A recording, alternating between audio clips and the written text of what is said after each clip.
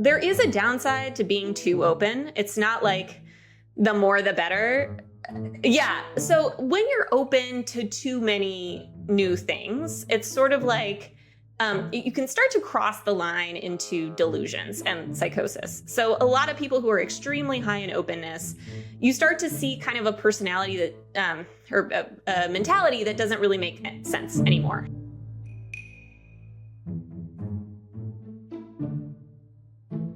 Welcome to the Unspeakeasy podcast, the podcast that used to be called The Unspeakable. It's now The Unspeakeasy. I am still your host, Meghan Daum. If you are like many people, you may have tried to improve your health, your appearance, any number of bad habits.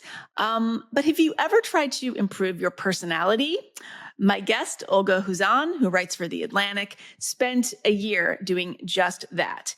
In an attempt to be less anxious and neurotic, she decided to say yes to a bunch of new experiences, testing the theory that acting as if, in her case, acting relaxed and happy, can eventually make you that way. Did it work? She discusses that in her book, Me But Better, The Science and Promise of Personality Change. It is a very funny book, as well as being a deeply reported one. This conversation is also quite funny, and I found it quite informative. So whether you love your personality, hate it, or just think it might need tweaking in a few places, I think you will appreciate this interview. I had a lot of fun. So here is Olga Khazan.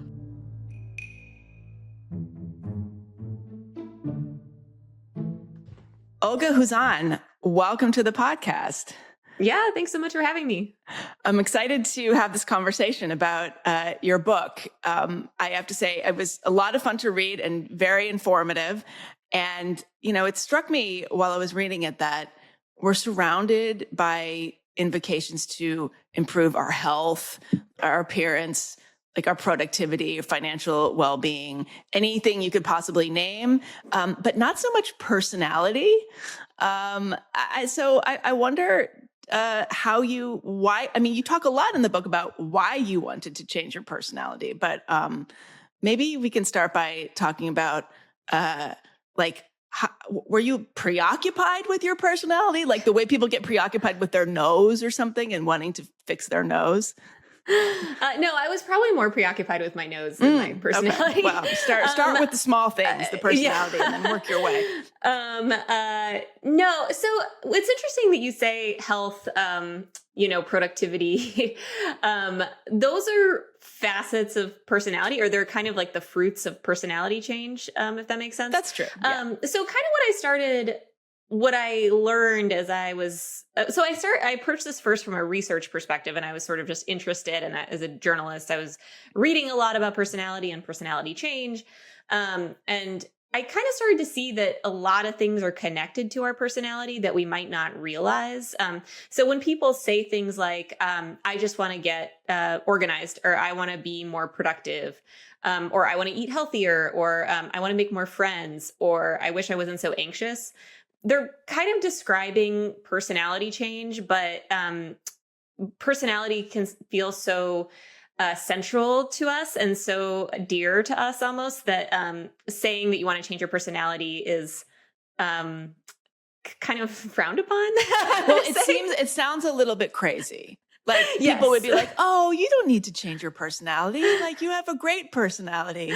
Right. Because I think people think personality is jokes you make and the stuff that you like, but it's so much more than that. It kind of underpins everything you think and everything you do. And once I learned that, I was sort of like, oh, personality. And if you go to therapy, they're basically trying to change your personality, but they're not going to say that because then you won't go show up for the therapy appointments anymore. But that's basically what they're trying to do. So like a lot of the books that are talking about habit change are actually personality change books. Okay. What did you not like about your personality? Two main things, and then one kind of less central thing. So there's the personality trait of neuroticism, which underpins anxiety and depression. It basically is how anxious and depressed you are. And mine was through the roof. It was in the 94th percentile, according to the personality test that I took. And this really showed up in a lot of my day-to-day life. So I felt worried all the time. Mm. And it was really hard for me to make decisions. I would get stuck in loops where I could only see the downsides of every decision. So I could never move forward because every decision had downsides. It was starting to impact a lot of things. I mean, I was 37 and I finally like worked up the nerve to get pregnant at 37. Yeah. And so because that's how long it took me to like become okay with this idea. And that, it wasn't just that. There were just so many things where my level of anxiety was counterproductive. And the other element that I really realized was a problem for me was introversion. And my introversion was, so there, introversion and extroversion are two sides of one trait. My extroversion score was extremely low. This was at the start of the pandemic, but it actually wasn't just the pandemic for me. I sort of, I had been kind of retreating from people for a while. I kind of just didn't seek people out. I was always like really relieved when plans got canceled. Isn't everybody? I know, but it was too much. It was too much.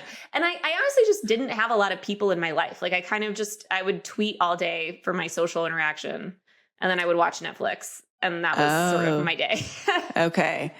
All right. Well, we should say that this question of whether or not to have a child animates the book, really. I mean, you're investigating a lot of things about yourself, but I think the biggest one is whether or not you should become a mother. And so that's, part of what's driving this quest. And we should also say that you're very cleverly organize the book around what's known as the 5 big personality traits. So we should say they are openness, conscientiousness, extroversion, and I guess introversion is the inverse of that, as you say, agreeableness, and neuroticism. So drilling down on neuroticism for a bit here, can you talk about your parents and their neuroticism, especially your father's? They're Russian immigrants. I mean, you all are. You, I think, were born in Russia. The stories about your parents, especially your father, are very funny. But beneath all that is some real, sounds like pain. So can you just kind of describe how all this manifested? Yeah. So I think the story that I tell in the book is that my dad, both my parents have very high levels of anxiety, and I would say depression, but because they don't go to doctors and they don't believe in mental health because they're immigrants, it's really hard to say exactly what they have. This is just sort of my impression. So my dad is so anxious that he really overthinks every single decision in a very similar way that I do, especially when it comes to spending money. And I remember he wanted to buy a car, and he had he had done all this research. He had spent months and months. He had researched these cars. He had found the Toyota that he wanted. And then he, found that they were assembled in near Hiroshima, Japan. And he was worried that the remnant of the atomic bomb would somehow get in the car and give him cancer through constant exposure. There's so many ways to get cancer. To the particles. I would not have thought about that. Yes, the car could give you cancer. And he was just like, no, I can't do it. And I noticed that what really tripped me was that I noticed I was doing the same thing in a lot of ways, not in that weird same decision, but in other ways. I was also I can't move forward because everything could be bad. Can you give an example? Yeah. So having a child is a perfect example. I think I had this idea that I wanted to be a mom, or I wanted that experience and wanted to have a baby. But because I'm alive and read the internet, I know that pregnancy is really hard and childbirth is really hard and the baby year is really hard and you don't sleep and it's so challenging and I wish I could take a shower and that really scared me. I was really, really daunted by that stuff. And I was I don't know if I can handle it. I'm not one of those happy hard ass people who can work her way through a challenging day on like 2 hours of sleep. I'm like weak and sensitive. And I was really afraid that it would just break me, that I wouldn't be able to handle it. And it kept me from going through with it until it was like almost too late.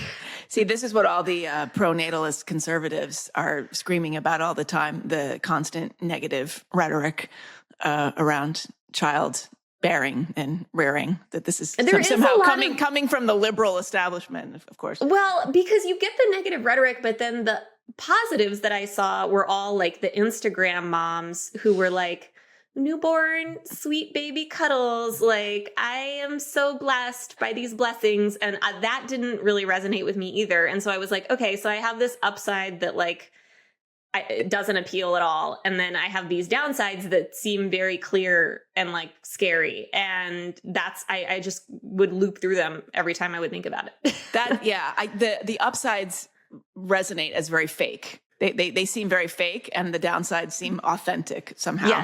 Yes. Yeah.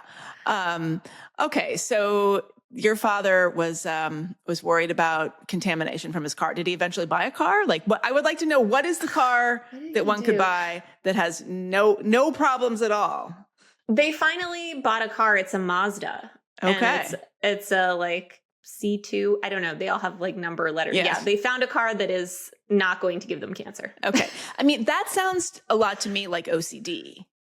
Probably. I mean, reaction. I think I will never know because they will never set foot in a therapist's office, but possibly there's like some OCD there. Yeah.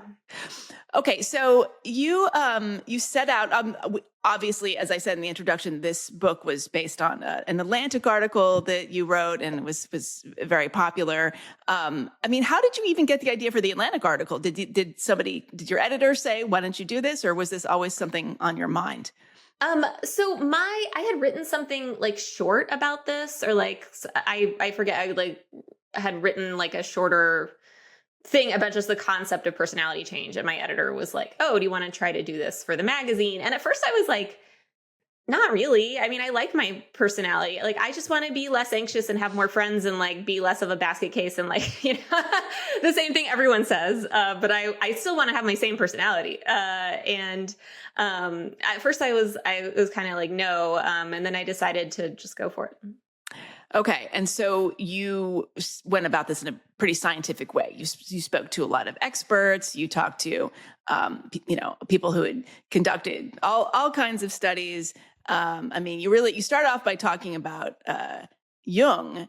And I mean, this is kind of such an article of faith. And it's, I think, something people are not hearing it here for the first time. But I think there's a reason that concept is very much in the air. You know, he says there's two different types of people. There's the thinkers and the feelers, right? The introverts and the extroverts. But, there's no such thing as a pure extrovert or pure introvert, because that person would be in an insane asylum. Yeah, exactly. Yeah. And he really, I mean, a lot of those early psychologists, like, they were kind of like thinking in the right direction, but a lot of their ideas were a little bit wacky and totally based on just impressions that they got from just talking to a handful of patients or just their friends. So Jung is one of those where he really did, he had a lot of like correct-ish ideas, but they were kind of adapted in ways that turned out not to be valid, basically. Okay. So which of these studies, I mean, we can kind of go through some of them. I mean, I was interested in this guy. There's a guy named Brent Roberts at the University of Illinois who, sort of talks about, whether or not if you take small inconveniences just in stride, if things roll off your back, as opposed to taking them as a personal attack. I mean, and that's a kind of conversation that I think gets framed into kind of like fragility kind of discussion. And it, we hear Jonathan Haidt talking about this kind of thing. We talk about this in terms of like generational cohorts, but he's really talking about this on a more fundamental level. So I'm curious, like, how your conversations with somebody like him went. Yeah. So Brent's kind of just a major personality psychologist. He kind of studies the concept of personality generally. He specifically is more of an expert on conscientiousness, which is like your tendency to I guess, be organized and get things done and be really timely and things like that. And he is like that. But the researcher his work kind of forms the backbone of the book is Nathan Hudson at Southern Methodist University. And what he's really found is that he basically did a series of experiments where he would have college students, I guess, because that's who participates in Guinea research. pigs of the world. Take personality tests. And then he would show them where they score on each of the big five. So you're really high on extroversion, but you're really low on conscientiousness, for example. And then he would be like, do you want to change? And a lot of them would say yes. Like, actually, a lot of people are trying to change their personality at any given time. It's just like not a fashionable thing to agree to or to admit to. So a lot of them would say yes. And he would give them he had an iPhone app where he would give them like little tasks. So for extroversion, it would be, go say hi to someone new, get coffee with someone, go to a meetup group, basically get out there more. For, conscientiousness, it would be, create Google Calendar reminders for all your assignments, create a to-do list, whatever it is. And have them do these small steps that kind of increased in their difficulty level, and have them do them for, I think, was something like 12 weeks. And then he gave them another personality test at the end. And what he found is that the people who actually did the tasks, did those little assignments, did change their personalities. Like they changed their scores on this personality test called the IPIP that he was giving them. So it kind of showed that this is the kind of thing that can work if you actually put your mind to it, but it's the putting your mind to it that is challenging. Yeah. And I mean, how long can they stick to it? I feel like it's one of those things that's like a diet. Like you can get really fired up about it in the beginning and then it just kind of wears off.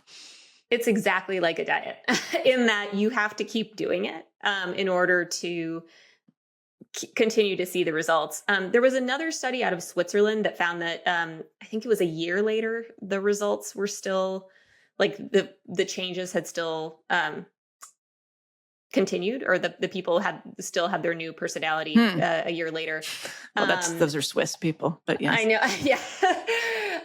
But Nate actually talks about it exactly like a diet in that, if you lose weight and you gain it back, does that mean you never lost the weight to begin with? Or does it make it easier the next time? Or, does it tell you what to change about but then some people do lose weight and they keep it off. But it's very similar to dieting. Okay. And speaking of weight, you talk a lot about genetics and the influence of our parents on our personalities.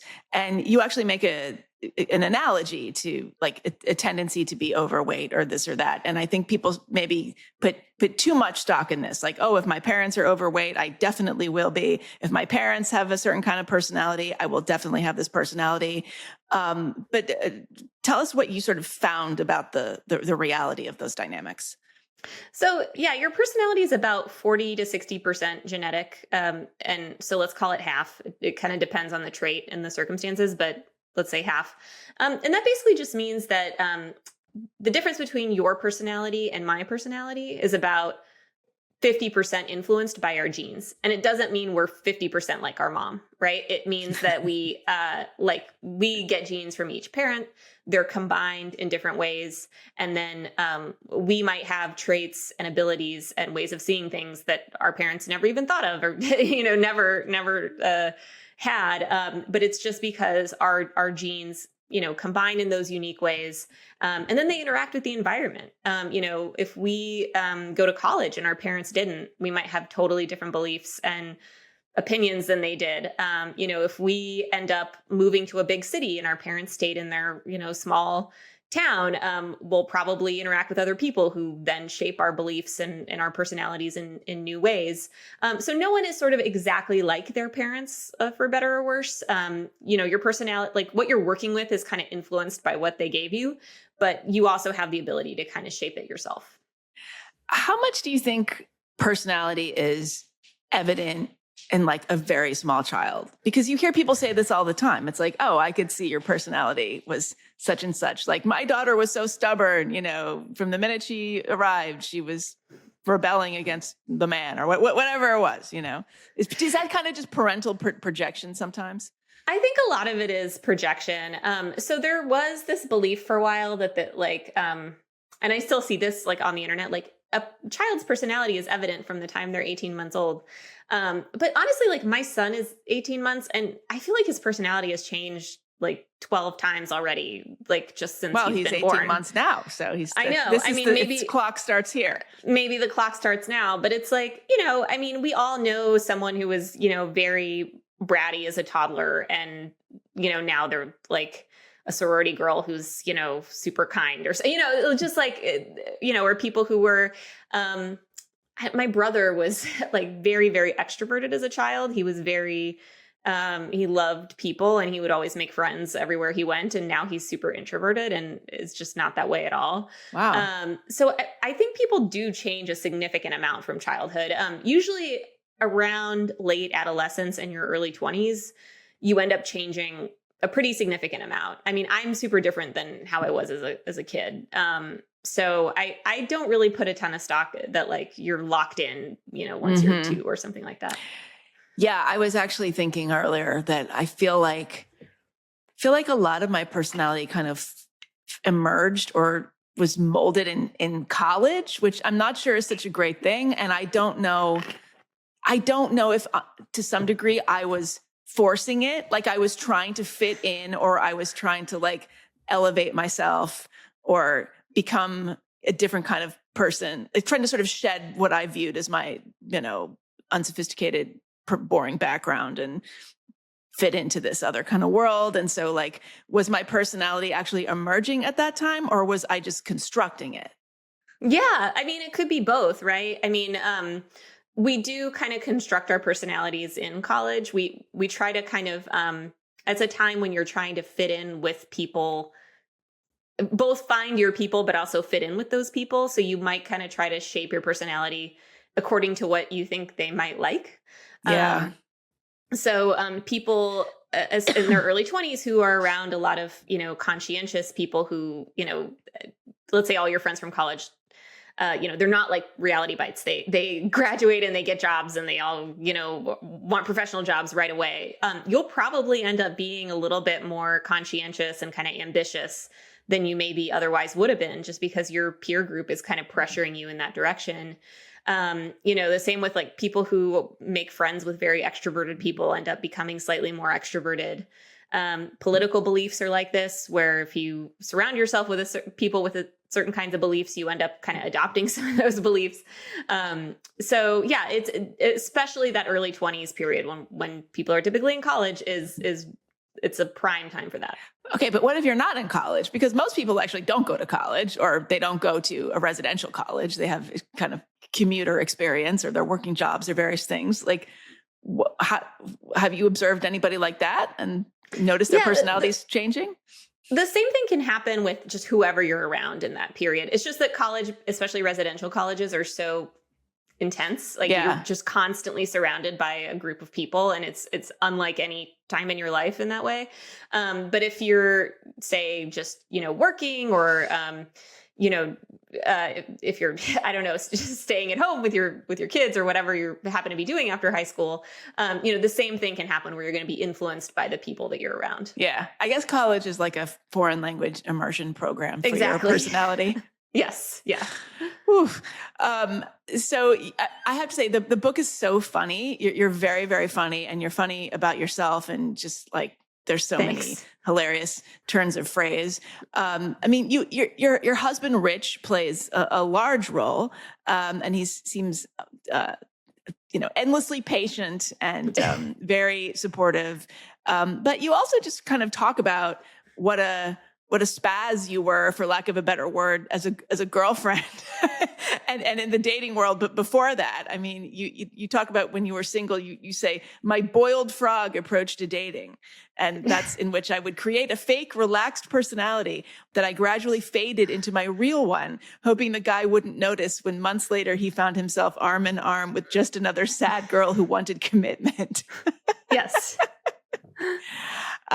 Tell us about that sad girl? Because you obviously transcended that mode.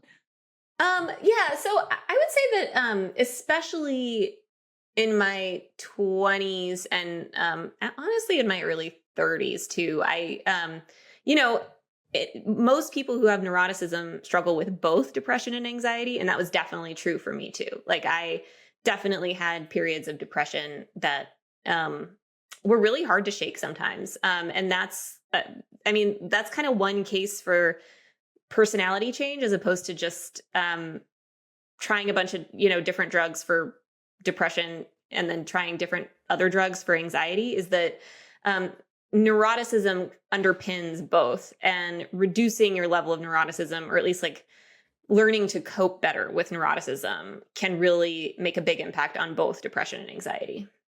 So what were you like when you met your now husband? Well, it's interesting. I was very dedicated to journalism. I was obsessed with becoming a journalist.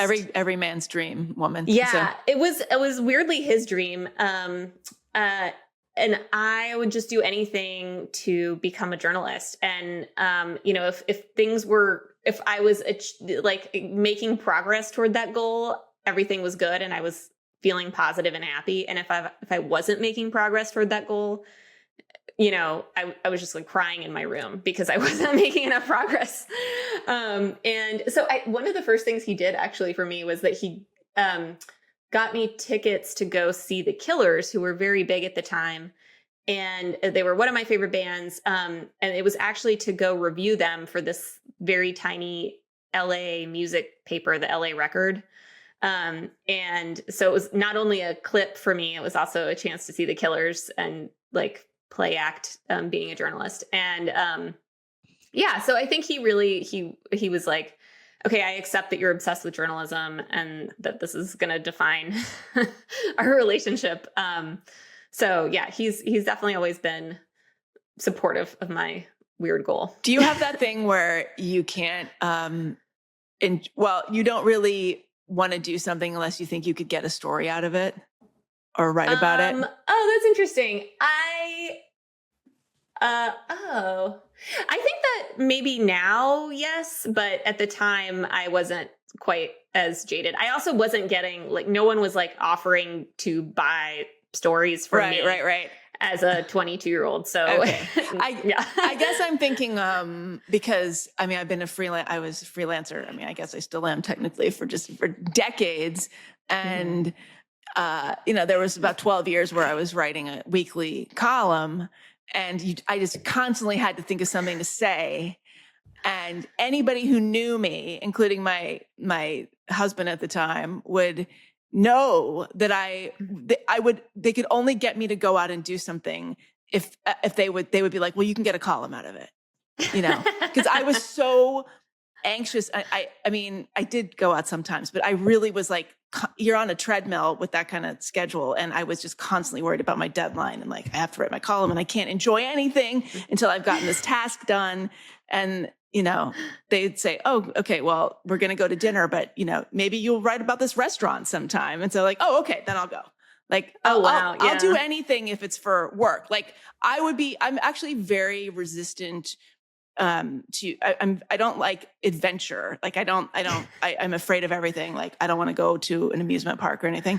But if somebody said, oh, you can, if you jump out of this airplane, you might be able to write a story about it. Or if I was assigned to jump out of an airplane, which I have never been, and I actually would probably at this point turn that story down, but it would be my fear level, my perception of the whole thing would be completely different than if I just decided recreationally to jump out of the airplane. Yeah, I feel like everything is copy is actually not a terrible way to go through life. I think it actually is a good philosophy even for people who aren't writers, because not for their really loved ones necessarily, but yes. Yeah, maybe not. But it helps you see kind of the upside of negative experiences, right? Like, yes.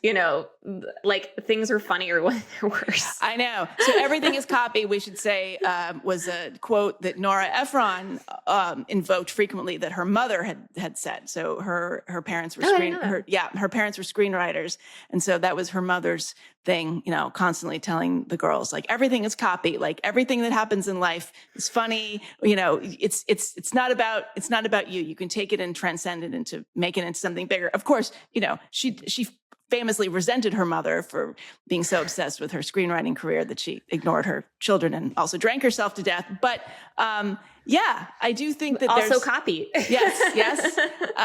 But I do think that there is something about moving through the world as a character, as the hero of your own story, which is another thing Nora Ephron talked about a lot. And I don't know about you, but I have found that harder to do as I've gotten older, or maybe as the media landscape has changed or the world has changed. I don't know exactly how old you are, but I wonder if you relate to that at all. I mean, it's definitely, so I was never a freelancer, I have to say. So I always wrote for The Atlantic. Okay. Your personality would be so much worse if you had spent 1 week as a freelancer. I am actually too anxious to be a freelancer. I can't deal with the, like, will they say yes to this? And then can I pay I read your Misspent Youth piece. Like, I've read it a million times, and it gives me heart palpitations, like reading about it. Like, even that experience of not knowing if you'll be able to afford your apartment or whatever. It's still going on, by the way. Very little has changed. Nebraska didn't solve all your problems. It solved them temporarily. It solved them for a while, but life goes on. So I am actually too anxious. So I admire that. But you know what? Something that I found, it was easier for me sometimes to spin adversity into, like, fun moments, or just, like, moments of connection when Twitter was more of a thing. So I really, I also had terrible times on Twitter, but I did have a lot of fun on Twitter. And I had people who replied to me a lot, and we would have conversations, and I met a lot of people on Twitter. And when something kind of weird, or, like, funny, weird, or bad happened, I would tweet about it in kind of a funny way. And I felt like it was a way of processing that experience, or turning it into kind of my own hero story. And usually that made it less hurtful, or less kind of damaging. But Twitter has completely gone away. And I have not really found my audience on Blue Sky in the same way. Oh my gosh. So I just don't really, like, I'm not really posting that much anymore. Are you still on Twitter at all? I have an account, and I tweet things about my book that I have to. Okay, so you do the things you have to do. Okay. Yeah. Well, I'm not. So I have an account on Blue Sky, but I've only been there one time. Like, I feel like it would be like touching, like my eyes would burn out or something. Like, I'm really afraid to go in there. Like, I'm afraid of what I would find. If I typed my name into search, I think terrible things would come up, and it would hurt my feelings, like, forever.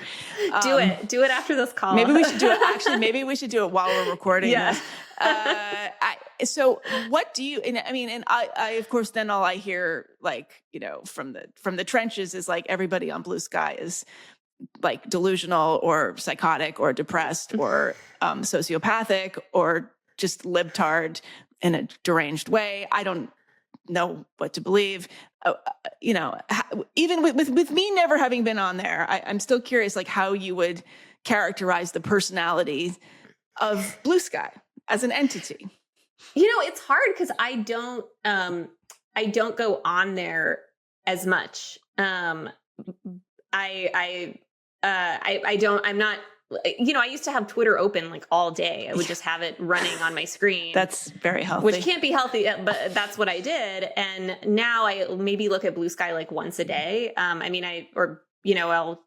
I think I send one skeet, like, a week or something. Oh, that's what it's called? Those are their, they're tweets or skeets. I see. I don't know. That's better than bleats, I guess. Yeah, better than bleats. I don't know. I definitely have found that it's, like, it's definitely more liberal than Twitter, especially now. But I think it might even be more liberal than Twitter used to be before Elon. Oh, yeah. It's, I mean, it's progressive. It's where all the progressives are. Okay. But, yeah, well, I mean, speaking of that, what kind of, thinking or research did you do into like the sort of the liberal personality versus the conservative personality? I mean, one of the things that I've always said about myself, and I actually borrowed this concept from Chuck Klosterman, because, he would talk about being a liberal with a conservative personality. Oh. And I think that that's what I am. I think that I'm fairly liberal in my politics, not progressive, liberal. But I have a pretty conservative personality, and almost, I don't want to say puritanical, but I'm like I like people that like comport themselves properly. Yeah. Well, so the big difference that comes out in research between, I have to say that most of this is pre-Trump. Trump has scrambled things in a way that I can talk about later. But so looking at before Trump, okay, so let's end it at Obama and like George W. Bush, which I get that that's not what conservatives are anymore. There's this trait called openness to experiences. And it basically is like how up you are for adventure and new things. So it's how open you are to ideas and even like new foods or new music, difficult to understand art or like abstract art. That stuff that's like a stick of butter and everyone's like, oh, my kid could do that. Yeah. Okay. Like open to experiences. People are like, I love it. So liberals / Democrats are very high in openness. Kind of the more liberal you are, the more high you are in openness. And social conservatives are tend to be low in openness. So if you think about it, this kind of makes sense if you think about like the political picture of, say, the early 2000s. So if you support gay marriage, it's like, why can't gay people get married? Yeah, sure. Like I'm up for it. You're open to experiences. Even things like supporting trans kids or trans people, and the idea that some people are transgender and that's part of life. That's kind of an open to experiences thing to believe. It's an open to concepts thing. Right. Like, yeah, you're like open to this concept that being transgender is a thing. And so when you hear conservatives say there are two genders, it's almost like they're like closing off to that experience. They're like, no, I'm not open to that.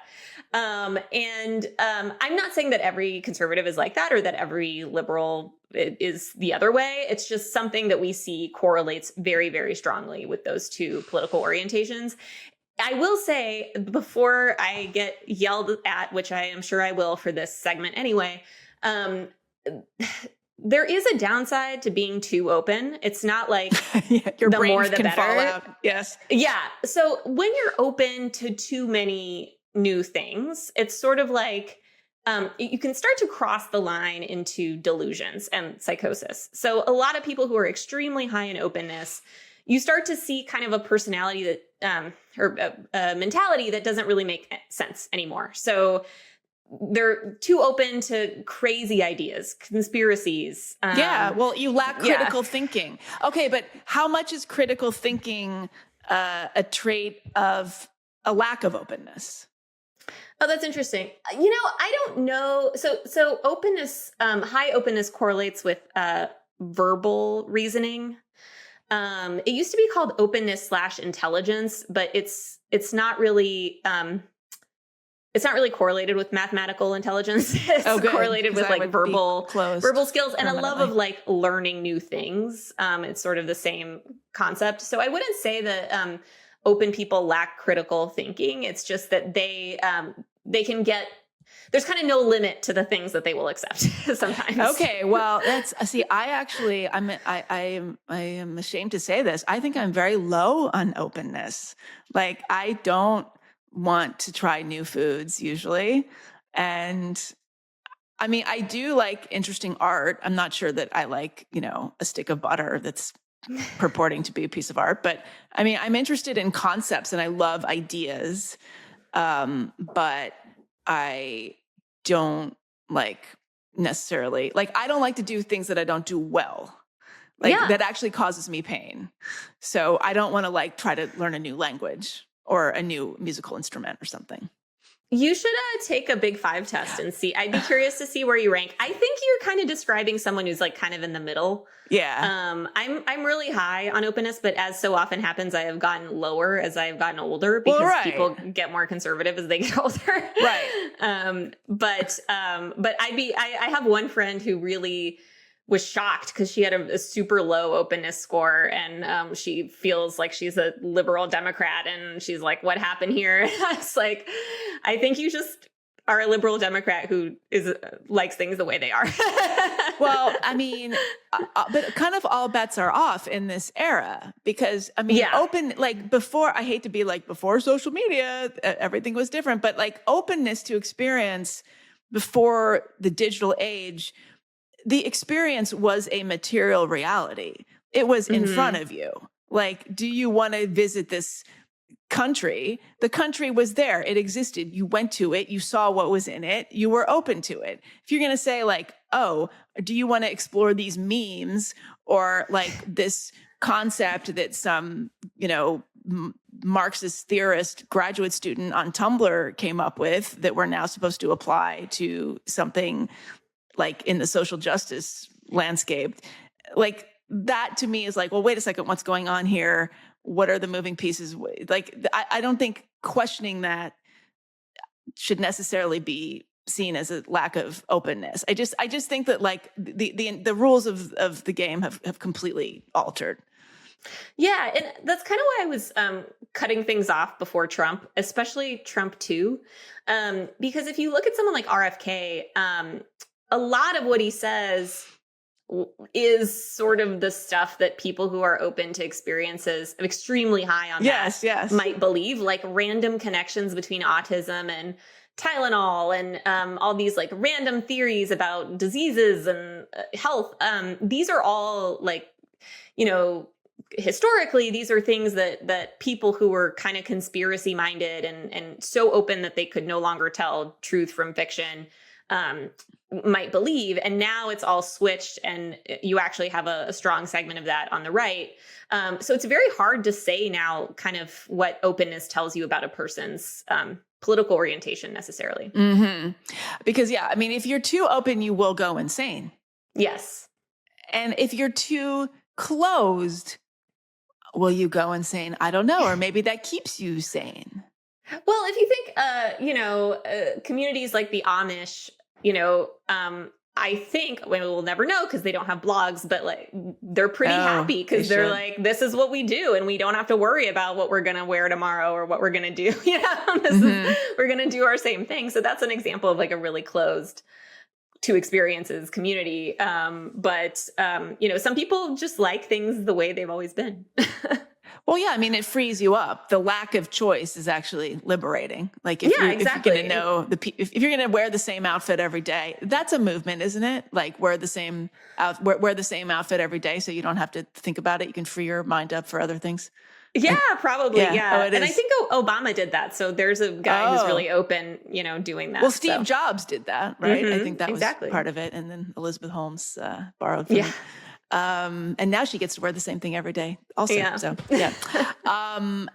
I actually did, in preparation for this interview, try to take a personality test online, and I did it, like it took, 20 minutes or something. And then I got to the end and it said, oh, you have to pay in order to get your results. And I was like, oh no, I'm not doing that. So I guess cheap, if cheap is a trait, then that's me. But the free ones are at personalityassessor.com. Okay. And that's designed by Nate Hudson, the guy from the book. So they're trustworthy. They're not like an internet scam or anything like that. Okay. All right.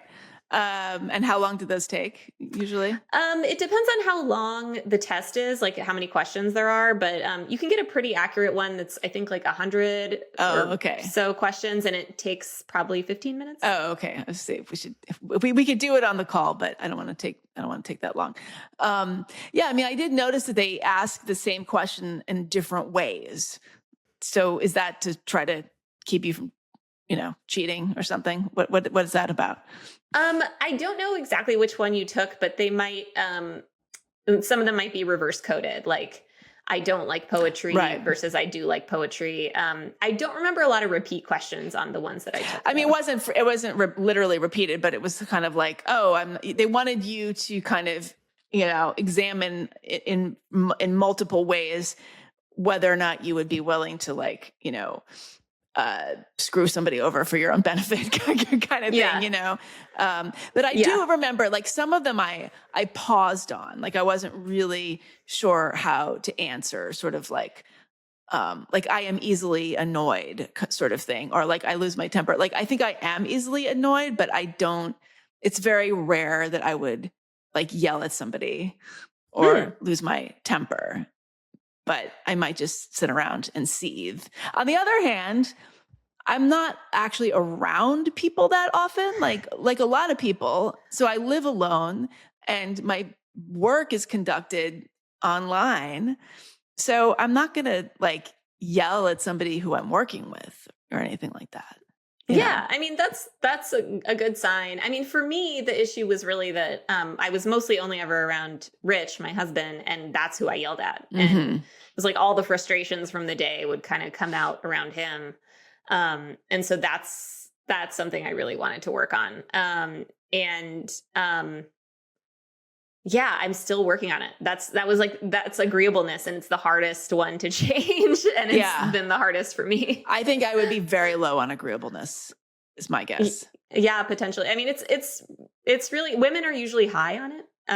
So it's unusual to be low agreeableness, but there's a lot of kick-ass ladies who are low agreeableness. Well, are they more like men? Is that a male trait? It is a male thing. It's a big difference between men and women is that men are lower on agreeableness and women are higher. But it's not clear if that's because of socialization. If you think about it, our women, basically we would be lower, but we're punished every time we kind of say what we actually mean. Or it's or even endangered in some cases, right? Yeah, exactly. So you kind of pretend to be nice and then just do what you need to do anyway. That's called seventh grade. Yeah. I mean, the whole reason I started my enterprise, The Unspeakeasy, which is this, women's community for viewpoint diversity and, ways of getting women together to talk about complicated issues politically and culturally and this and that, was because I noticed that so many women were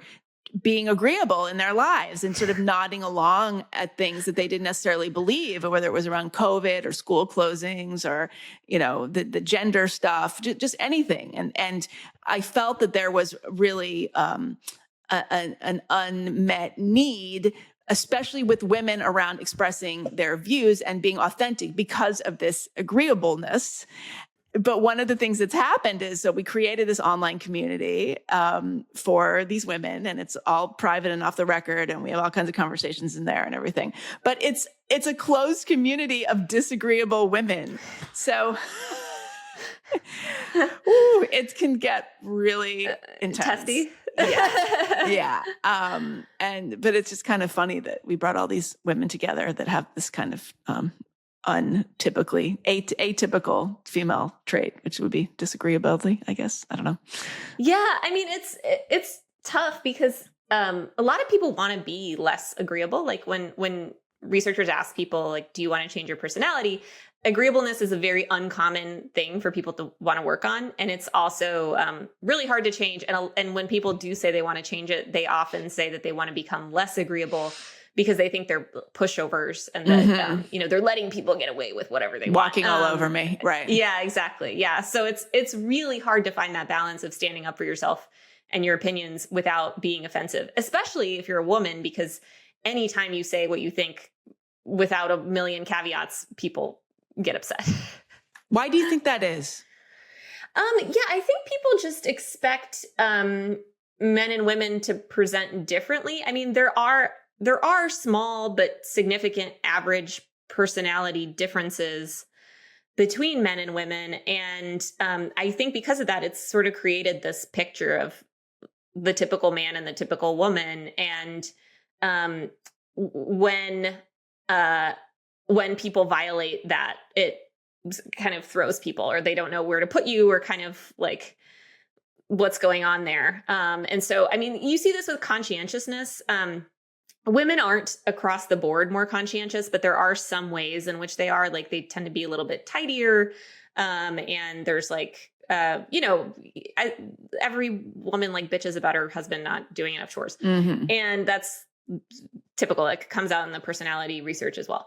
And, I mean, it's interesting because like when you try to violate that, like when I tell doctor's offices to call my husband instead of me for my kids' appointments, they're like, whoa, like, are you sure? Like, oh my gosh. It's kind of, it throws them for a loop, because like people are so used to women being the people who are conscientious and who are, caring about the home and the family more. So, yeah. And is that an evolutionary adaptation? Like, the women were caring for the children, so they need to like not have, banana peels lying around on the floor so people slip on them, I guess. I don't know. Yeah. I mean, evolutionary psychology, I didn't get like too far into that for conscientiousness, but like, so neuroticism is another one where you see gender differences. So women are much more neurotic than men on average. And by that, I mean depressed and anxious. And you see that with like women are much more likely to be on antidepressants. And especially liberal women, apparently. Yeah. One kind of evolution. So there's a ton of explanations for that too. And part of it could be just that women, have a normal amount of depression and anxiety, and men are not depressed and anxious enough. They're out of touch with their negative feelings. Like you should be more depressed and anxious. Yeah, what's wrong with you? Everything. Snap out of it. So that's one explanation. But another explanation is that, I have now had a child, and it is a significant undertaking. It's a ton of work. It's very expensive to your body. It takes a lot of resources from you. It takes a lot of time from you. And so you really want to be on top of everything when you're kind of creating children. Like you're not just kind of like, oh, whatever, they'll have mac and cheese again today.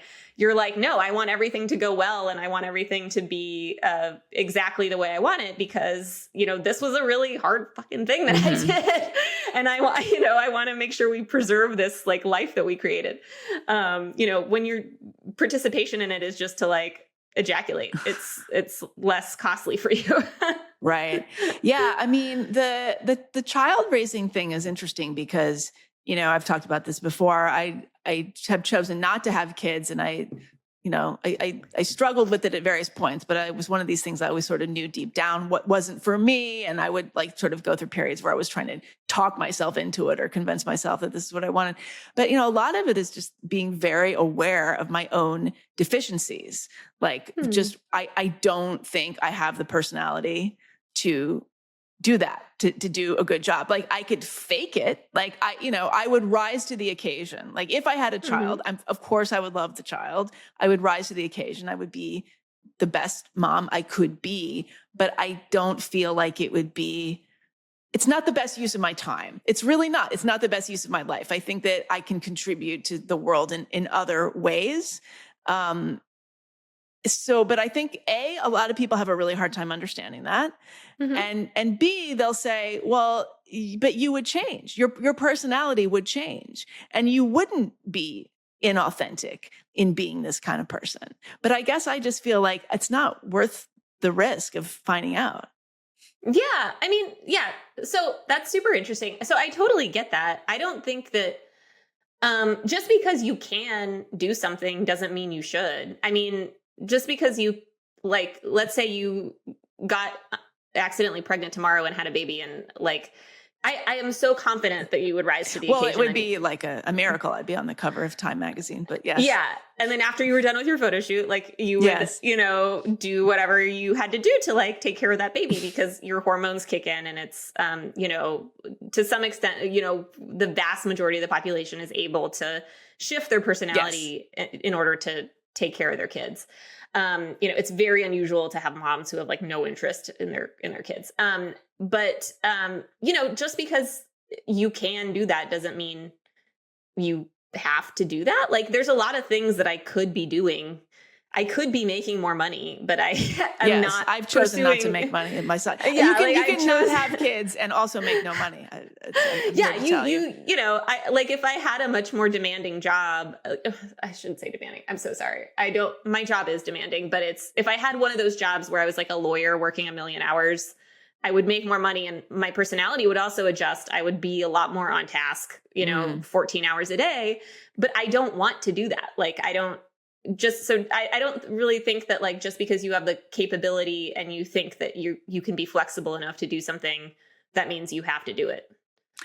Yeah. And I just feel like we're in this moment where everybody is so into, maxing, right? Like, or, hacking or like just optimizing, right? And so this idea that like you would say, well, I'm just not that kind of person. This is not a good use of my time.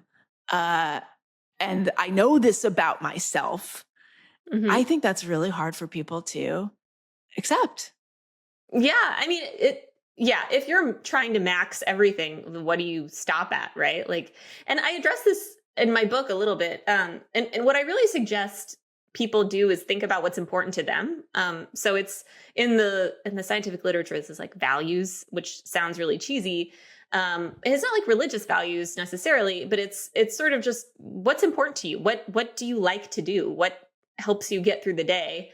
And everyone is going to respond differently to that question. And so I don't think you should max everything you possibly can, like the amount of money you make, your health, whatever it is. But if it's important to you to make more friends, you can try to be a little bit more extroverted in order to meet that goal because it's important to you. But just doing it because it's something that's available to be done is not a good way to go about life. At the beginning of this conversation, you were talking about how you had become much more introverted, during the pandemic, spending a lot of time online, that you had been that way even before, but it was exacerbated during that time. I think a lot of people went through that. I know a lot of people went through that for obvious reasons. I sometimes wonder if nobody's really quite recovered. I mean, it's as if the world went through a personality change. And I wonder if it's permanent. I also wonder that. And I've noticed that a little bit. Sorry, I'm trying to think about how I want to talk about this without like hurting anyone's feelings. Oh, please. They won't be listening. So it's really hard as a new mom because you want to get together with other people because everything is so scary and new. And you're going through this really hard thing, basically on your own. And I did end up joining a mom's group that I had to pay to join, first of all. Oh my God. Yeah. Just like our mothers did. It was $300. What? And it's been really great. Like we have a WhatsApp group and, we've gotten together, but it's like very hard to get everyone together. Like it takes a lot of doing. I find that like people just cancel on plans a lot more nowadays, not necessarily those folks, but just like in general. Yes. Things have to be pre-planned a lot. Like even something like really simple, like a play date needs seemingly like a lot of back and forth and planning and stuff. I have seen like evidence of people trying to build community, especially, so I live in the suburbs, which it's like a lot harder to build community in the suburbs, I think. And I've seen people try like, oh, let's all meet up and like, let's all have coffee or like, but it just seems like, so slippery, like nothing really sticks. And it's really hard to build something that lasts. Yeah. And is that a pandemic thing or is that, I think it, you know what? I think it is. I mean, I don't remember it being such a big deal to try to get together before. I also, because people just did not use Zoom. I mean, they just didn't. They did not consider that a meeting or a date or like catching up with your friend. Like the idea, you would call your friend on the phone, maybe, obviously, but a Zoom date was not a thing. Okay, time for my personal hobby horse, which is, I think that there's been this narrative, and I think it started during the pandemic, of like self-care means being by yourself. Yes. And saying no. saying no to almost everything, being by yourself, and like retreating and kind of like reading a book in the bubble bath. Not even reading a book, eating on your couch and drinking wine while watching Netflix. Yes, more likely. Yeah. And look, I think I love all those things. Wine, Netflix, like you name. Yeah, I love that stuff. I kind of think that's a little misguided, or people took it a little too far or something. Like I used to also think that, like, I'm really stressed out. I need to drink wine and watch Netflix. But what I found is that after the Netflix show was done, I was still stressed out, and I was just like kind of tipsy. And I had been fuming about whatever it was that was stressing me out that whole time. Like, if you actually connect with people and get out of your head and, talk to someone else, or just, just get out of your house a little bit, you might start to feel better, even if those underlying stressors aren't addressed. And I kind of think that the self-care dialogue hasn't really addressed that or like picked up on that. And I also think it was like coinciding with this time of everyone being really proud to be an introvert. And I don't think there's anything wrong with that, but I kind of think you can take it too far. And even introverts need some social interaction. Like it's not healthy to be so introverted that you never talk to anyone. No. I mean, this whole idea of boundaries. Right. Yes. I mean, I think that obviously started off as a healthy impulse, but then it got taken to an extreme. Or the amount of people who have gone no contact with their families, like that has been construed as a mode of self-care, when it's actually just pretty alarming social epidemic. Yeah. And I mean, I think what people don't realize is that, like, you can be in contact with someone and not endorse all of their beliefs. Like, we did it for millennia. So yeah. Yeah. Like you can talk to people and not really like agree with everything they think, it's okay. Like you don't, and if they start in on something that you don't think, just be like, okay, well, whatever, what else is new with you? Like it's not like a tacit endorsement just for you to like have their number in your phone. Right. I don't know. Well, and this gets, I mean, because this is something that we actually talk a lot about it in the Unspeakeasies, and it comes up. It's like, are conservatives sort of more resilient around this stuff than liberals, especially conservatives who live in like big cities, in liberal environments, because they are used to people not agreeing with them, and they're used to kind of just staying away from those topics. Whereas, the liberal bubble will just get you to the point where if you, run into anybody who might have liked Trump for 5 minutes, it's like, I've got a 3rd-degree burn. That's interesting. I've definitely met conservatives who feel like, yeah, like I'm a conservative living in DC, so I just like don't talk about, my beliefs that much in mixed political company. But I kind of also don't, just because I don't really like to hear from the bubble that much, or like I don't know. I don't really see what that gets me, of just like a long conversation about like what we all think about Trump. Like I don't know. It's like not super interesting to me. That moment has passed. Yeah. Like I don't know. So, but yeah, I do know. But then I have conservative friends who moved to Florida, and they were really excited because they could put a Trump sign in front of their house, which they couldn't in DC because their house was getting vandalized when they would do that. Yeah. And I mean, I just want to be clear. Obviously, there are liberals living in red areas that also sort of learn to keep to themselves. So I'm not saying that this is it's obviously, it has to do with the dynamics of where you live. But I mean, do conservatives have different personalities? I mean, I was just, you hear people, I was just listening to Ross Douthat's podcast the other day, and he was talking about how, liberals, especially liberal women, have higher rates of depression. They are on SSRIs. They just seem higher in neuroticism than conservative women or conservatives generally. How much credence do you give to that framing? I don't know why the neuroticism difference is higher among liberal women than conservative women. I honestly don't. I think, um, having a partner is in some ways protective against neuroticism. Mm. Like it's kind of, it makes you like less lonely if it's a good relationship and you get along and whatnot. And so I wonder if there's some difference there in marriage that like it's picking up where the marriage rate is higher among conservative women. So they're marginally happier. So it like makes them seem a little bit lower on neuroticism. There is a huge happiness boost with marriage that comes up like over and over again, even though it like may not seem that way day to day to married people.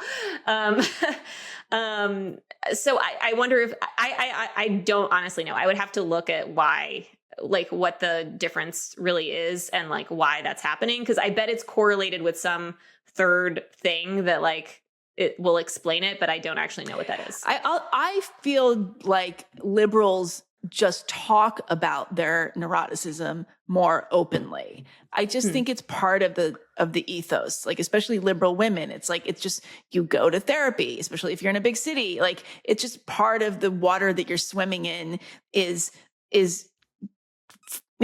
pretty consistent discussion of your distress, of your feelings, how you're working through them, and talking about, what you're going to do about it. And it may just be that conservatives, they're going to go to church, or like if they're distressed, they're going to pray. They're going to pray about it. Like, if we measured like how often a religious conservative, for instance, who feels upset about something would talk about that in relationship to praying or to a higher power, to God, it might be the same as a liberal person going to their therapist.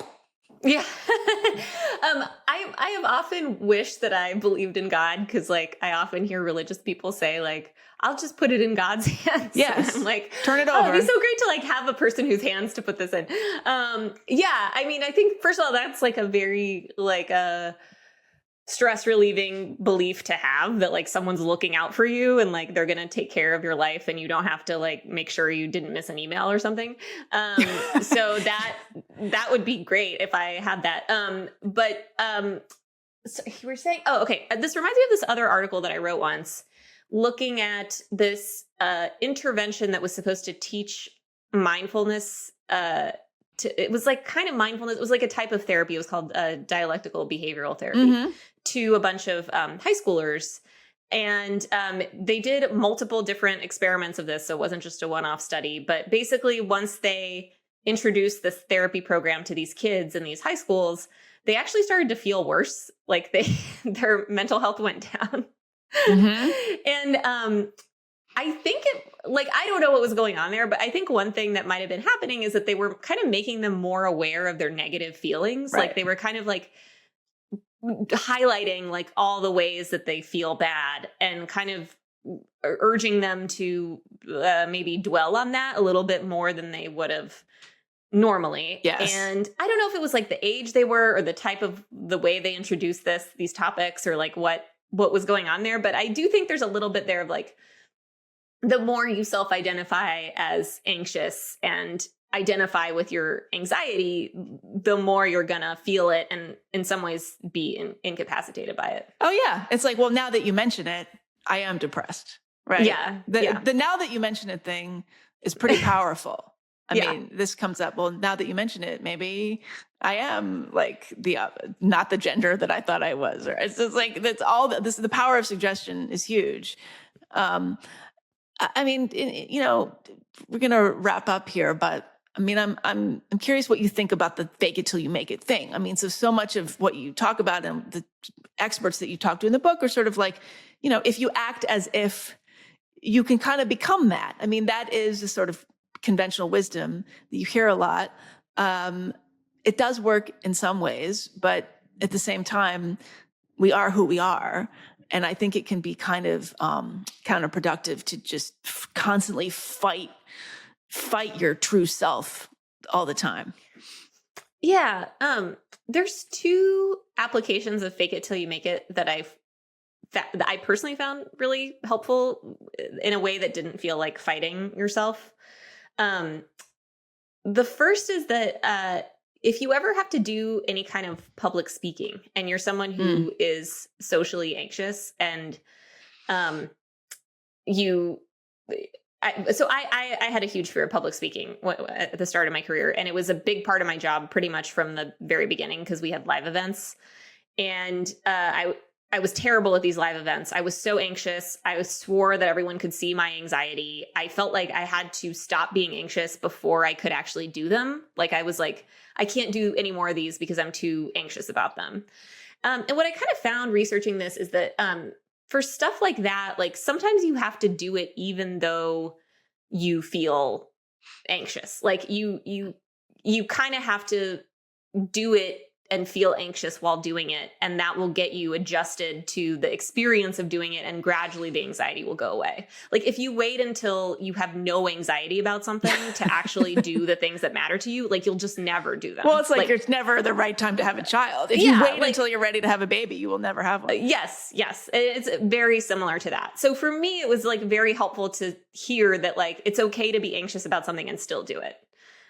It's not, and that, like you're faking it because you're up on stage and you're smiling and acting really relaxed, you know, but eventually you will make it because your anxiety will go down. And the other thing that helped me was, so in meditation, a big part of it is not trying to make your anxiety or depression go away and just sort of existing alongside it. And letting it be there and not, because sometimes you can get so anxious or depressed that you're actually afraid of your emotions. You are overwhelmed by how intense those emotions are. And it was really helpful to just kind of let myself feel the anxiety sometimes, or just kind of like exist alongside it and not fight it. For me, that was also kind of, I guess that's sort of faking it till you make it, but it really, I don't know. It just helped me like see my anxiety in a different way and be less scared of it. Yeah. So for me, that was like two ways where I wasn't just like embracing being this like super anxious person, but I also didn't feel like I was, fighting it or like just grinning and bearing it or whatever. I think it also just helps sometimes to say like, oh my God, I'm super anxious. Like, oh my God, Yeah. I'm having anxiety attack, you guys. I mean, a euphemistic one. It's Sure. Just Yeah. say it, you know? And the same thing works for a lot of negative emotions. Like if you're jealous of someone, nothing works better than just being like, hey, I'm super jealous. Like, right. Yeah. Like just admit it. It's easier than being like, I'm so happy for you. You know? I know. We all know what I'm so happy for you actually means. Yeah. Well, we're going to wrap up in a minute, but I do want to ask you about your previous book. It's called Weird: The Power of Being an Outsider in an Insider World. I also really enjoyed that book. It is on my shelf in my place that did not burn down. So it was one of the few books that I still have. How much of like you feeling like an outsider defines your personality? Oh, that's interesting. I still think it defines my personality a lot.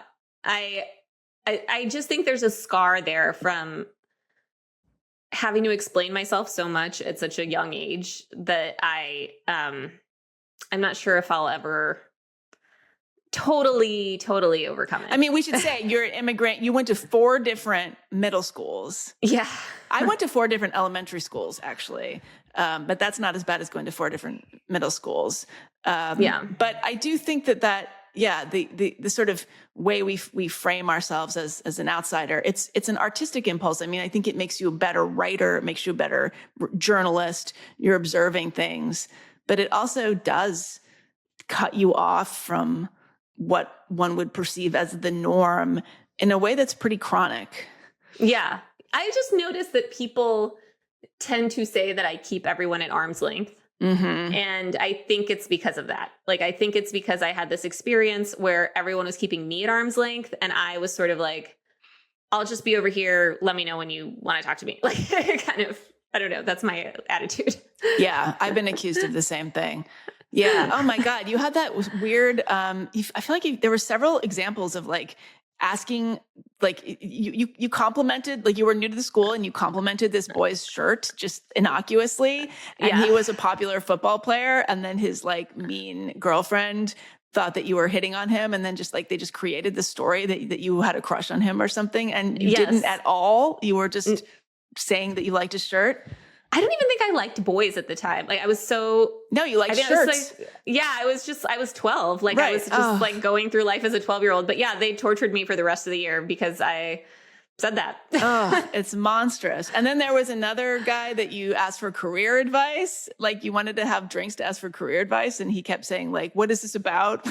Yeah. So weird. Yeah. So there's like a lot of instances where like I say something that I think is benign and then the person reacts really badly. And I sometimes I'm like, am I saying something wrong or offensive when I talk? I don't know. Do you ever wonder if you're on the spectrum? Yeah, I have wondered that. And I've taken one of the podcasters that I talked to for this book, his first question to me was if I'm autistic. Based on the book or based on your I think sound just check? Maybe a combination of the book and me.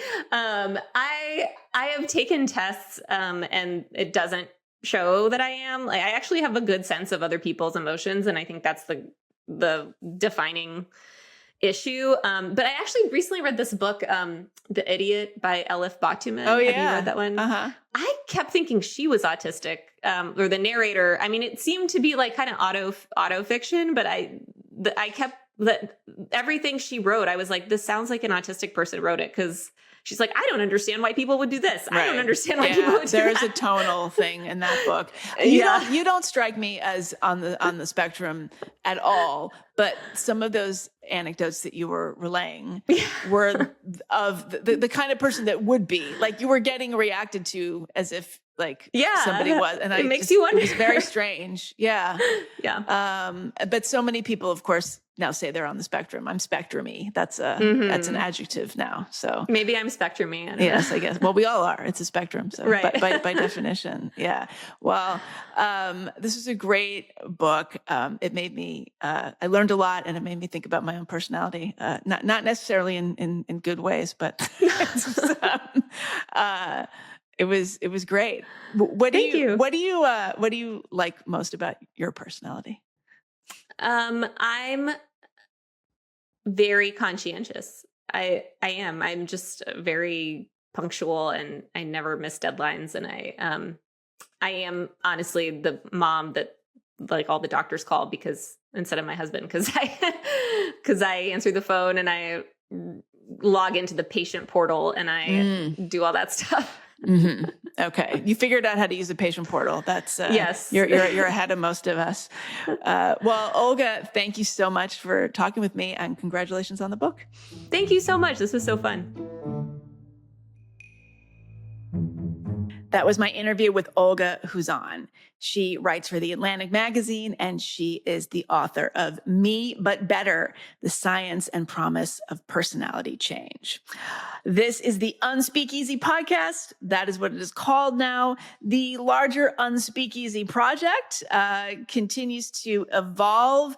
We have retreats coming up next year in 2026, and we are getting ready to announce them. They are going to be taking place in Los Angeles and also the East Coast, upstate New York. I'll give you just a few highlights right now. There's going to be a co-ed retreat, an overnight one, okay? Seriously, 2 nights, 3 days next fall for, 30, 40 people. We'll see who comes. In the Hudson Valley, most likely. And we're going to have guest speakers. We're going to have, campfires, free speech campfires.